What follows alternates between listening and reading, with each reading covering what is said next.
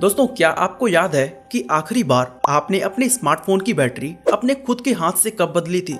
आप सोच रहे होंगे कि ये मैं किस जमाने की बात कर रहा हूँ, क्योंकि पिछले 8 से 10 सालों से तो सभी स्मार्टफोन्स नॉन रिमूवेबल बैटरी के साथ आते हैं। लेकिन आप में से कई सारे लोगों को याद होगा कि स्मार्टफोन्स हमेशा से ऐसे नहीं थे। पहले के फोन्स में हम बैटरी को खुद से बदल सकते थे और मैक्सिमम लोग अपने साथ मल्टीपल बैटरीज कैरी किया करते थे।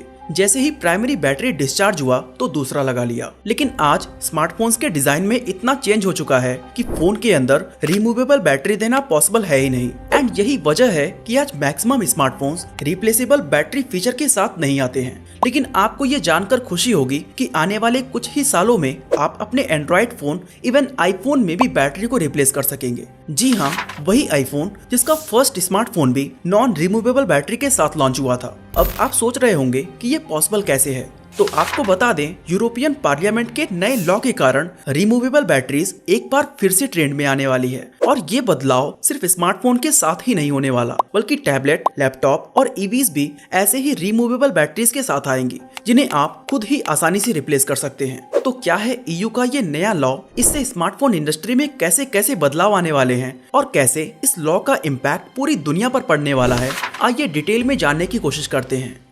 दोस्तों, जून 2023 में यूरोपियन पार्लियामेंट ने सारे मेंबर्स के सामने एक लॉ को इंट्रोड्यूस किया था कि यूके के अंदर अब जितनी भी डिवाइसेस सेल होंगी उसमें रिप्लेसेबल बैटरी का फीचर जरूर होना चाहिए। यहाँ रिप्लेसेबल का मतलब है कि ऐसी बैटरी जिसे रिमूव करने के लिए किसी भी तरह के स्पेशल टूल या टेक्नीशियन की जरूरत ना पड़े। ये इतना आसान हो कि इसे कोई भी आम आदमी खुद से रिप्लेस कर सके। इस लॉ के फेवर में 587 मेंबर्स के वोट मिले। अब अगर हम देखें तो आजकल सारे स्मार्टफोन्स ग्लास सैंडविच मेथड से डिजाइन किए जाते हैं, यानी कि इनका front end back panel glass का बना होता है और ये बीच में मेटल या प्लास्टिक के फ्रेम से अटैच रहता है।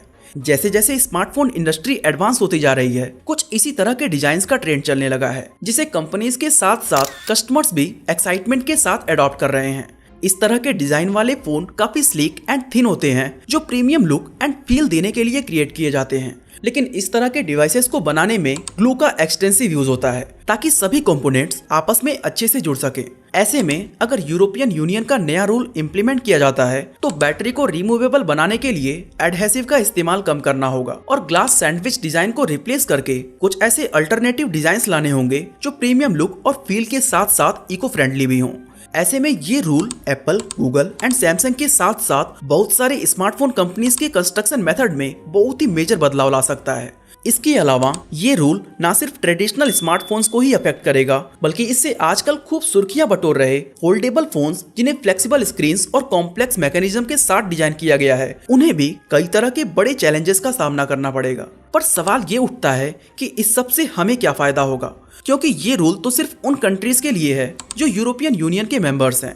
अगर आप भी ऐसा ही कुछ सोच रहे हैं तो ऐसा बिल्कुल भी नहीं है, क्योंकि स्मार्टफोन्स या इलेक्ट्रॉनिक डिवाइसेस से रिलेटेड पहले भी कई सारे ऐसे रूल्स बन चुके हैं जो किसी स्पेसिफिक जगह के लिए बने थे, लेकिन बाद में उसे पूरी दुनिया को अडॉप्ट करना पड़ा। एंड ऑब्वियसली इंडिया भी उसमें शामिल है। फॉर एग्जाम्पल 2020 में यूरोपियन यूनियन ने एक रूल पास किया था कि सभी इलेक्ट्रॉनिक डिवाइसेस के अंदर टाइप सी पोर्ट का होना जरूरी है। इन प्रोडक्ट्स में मोबाइल फोन, टैबलेट्स, कैमरास और बाकी के अदर इलेक्ट्रॉनिक डिवाइसेस इंक्लूडेड थे। और आज आप देख ही सकते हैं कि maximum Android phones type C पर शिफ्ट हो चुके हैं। यहाँ तक कि एप्पल ने भी अपनी मैकबुक और आईपैड में यूएसबी टाइप सी देना शुरू कर दिया है। लेकिन अपने हीरो प्रोडक्ट आईफोन में वो अभी भी लाइटनिंग पोर्ट का ही यूज करता है। इसकी वजह से एप्पल और ईयू के बीच काफी ज्यादा मतभेद हुए। बाद में ईयू ने लेटर भेजकर एप्पल पर दबाव बनाने की कोशिश भी की, ताकि वो अपने लाइटनिंग पोर्ट को छोड़ के टाइप सी यूएसबी का यूज करे। इसका असर ये हुआ कि एप्पल भी अब अपने अपकमिंग आईफोन 15 को टाइप सी पोर्ट के साथ लॉन्च कर रहा है। अब आप सोच रहे होंगे कि ये लॉ तो सिर्फ यूरोपियन यूनियन के लिए अप्लाई होता है, तो क्या एप्पल टाइप सी पोर्ट सिर्फ ईयू के लिए ही बनाएगा? तो दोस्तों, ऐसा बिल्कुल नहीं है, क्योंकि अगर आप एंड्रॉइड फोन्स पर नजर डालें तो आज सभी कंपनीज हर रीजन के लिए टाइप सी चार्जिंग पोर्ट ही प्रोवाइड करती हैं। और इसकी सबसे बड़ी वजह है कि हर रीजन के अकॉर्डिंग अलग अलग फीचर प्रोवाइड करना मैन्युफैक्चरिंग को बहुत ही ज्यादा कॉस्टली बना देता है। ऐसे में एप्पल को चाहे ईयू में आईफोन को सेल करना हो या दुनिया के किसी भी कोने में, वो वर्ल्ड वाइड अपने प्रोडक्ट्स के साथ टाइप सी पोर्ट ही ऑफर करेगा। तो भले ही ईयू ने इस रेगुलेशन को हमारे लिए नहीं बनाया हो, पर आईफोन 15 हमें भी टाइप सी पोर्ट के साथ ही मिलेगा। आपको बता दें कि ईयू का ये ऐसा इकलौता रूल नहीं है जिसे कंपनीज को मानना जरूरी है, बल्कि इससे पहले भी ऐसे कई नियम ईयू ने अपने रीजन के लिए बनाए थे जिन्हें आज बाकी कंट्रीज सहित इंडिया में भी फॉलो किया जाता है। फॉर एग्जाम्पल 2003 में ईयू ने RoHS डायरेक्टिव रेगुलेशन इंट्रोड्यूस किया था, जिसके तहत लेड, मरकरी और कैडमियम जैसे कई सारे एलिमेंट्स को इलेक्ट्रॉनिक्स और बाकी के प्रोडक्ट से बैन कर दिया गया था। इस रूल के बाद से पूरी इलेक्ट्रॉनिक इंडस्ट्री ही चेंज हो गई थी, क्योंकि कंपनीज को प्रोडक्ट मैन्युफैक्चरिंग के फॉर्मूला में बदलाव लाना पड़ा और ये बहुत ही ज्यादा एक्सपेंसिव था। इंडस्ट्री ने ईयू के इस रूल को फॉलो करने के लिए इनिशियली $32 बिलियन स्पेंड किए थे। साथ ही हर साल अराउंड $3 बिलियन एडिशनली खर्च किए जा रहे थे ताकि इंश्योर हो सके कि वो सही से इन गाइडलाइंस को फॉलो कर रहे हैं। और ये रूल सिर्फ यूरोपियन यूनियन तक ही लिमिटेड नहीं था, बल्कि कई कंपनीज ने तो इस गाइडलाइन की वजह से अपनी मैन्युफैक्चरिंग यूनिट को ही बदल डाला और पूरी दुनिया के लिए एक सेम तरह की प्रोडक्ट्स बनाने लगे। वहीं बाकी के कंट्रीज में भी ईयू के बाद इस तरह के हैजर्डस सब्सटेंसेस बैन होने लगे, जैसे कि 1 मार्च 2007 को चाइना ने भी चाइना RoHS इंट्रोड्यूस किया। इसके बाद यूनाइटेड स्टेट्स और कई कंट्रीज में ये रूल फॉलो किया जाने लगा, जिसके चलते सभी कंपनीज को काफी ज्यादा नुकसान उठाना पड़ा। एप्पल पर टॉक्सिक मटेरियल यूज करने का आरोप लगा तो वहीं पेप्सिको और कोका कोला के बॉटल्स पर यूज किए गए पेंट में लेड पाया गया। यहाँ तक कि कोका कोला को $1.25 मिलियन और पेप्सिको को $4.3 मिलियन की पेनल्टीज भी चुकानी पड़ी थी। और दोस्तों, इसी तरह इंडिया में भी इलेक्ट्रॉनिक डिवाइसेस के लिए RoHS सर्टिफिकेट देना गवर्नमेंट ने मैंडेटरी कर दिया है। इस तरह से ईयू के रूल का इम्पैक्ट सिर्फ वहीं तक सीमित ना रह के बल्कि बाकी के देशों में भी देखने को मिलता है। इसलिए माना जा रहा है कि रिमूवेबल बैटरी वाले इस नए रूल को भी कंपनीज चाहे या ना चाहे उन्हें फॉलो करना ही पड़ेगा। और ये बदलाव सिर्फ स्मार्टफोन्स पे ही नहीं बल्कि और भी इलेक्ट्रॉनिक डिवाइसेस जैसे कि टैबलेट, लैपटॉप्स, इलेक्ट्रिक व्हीकल और ई-बाइक्स में भी अप्लाई हो सकता है। यूरोपियन यूनियन में इसके लिए सही सीमा 2027 तक रखी गई है, यानी कंपनीज के पास अभी लगभग 3.5 साल का समय है। आपको बता दें कि इस लॉ की वजह से एप्पल और सैमसंग जैसे बड़े जायंट्स के ऊपर बहुत ही बड़ा इम्पैक्ट पड़ने वाला है, क्योंकि एप्पल अपने फर्स्ट आईफोन से ही नॉन रिमूवेबल बैटरी वाला फोन प्रोवाइड कर रहा है। इवन ये पहला स्मार्टफोन है जिसने दुनिया में नॉन रिमूवेबल बैटरी को इंट्रोड्यूस किया था। वहीं बात करें सैमसंग की तो उसने भी अपने फ्लैगशिप फोन्स में 2014 से ही रिमूवेबल बैटरीज देना बंद कर दिया और उनका सारा वर्क इंफ्रास्ट्रक्चर इसी के अकॉर्डिंग बिल्ड हो चुका है। ऐसे में उन्हें इस नए रूल्स के अकॉर्डिंग मैन्युफैक्चरिंग यूनिट को एडजस्ट करना होगा। साथ ही हो सकता है कि वो अपने डिवाइसेस के लिए एक ग्लोबल डिजाइन को अडॉप्ट कर लें। अब काफी लोगों का मानना है कि अगर रिमूवेबल बैटरी को वापस से लाया गया तो कस्टमर्स को कई सारे फीचर्स से हाथ धोना पड़ सकता है, जिसमें से एक है वाटर एंड डस्ट प्रूफिंग।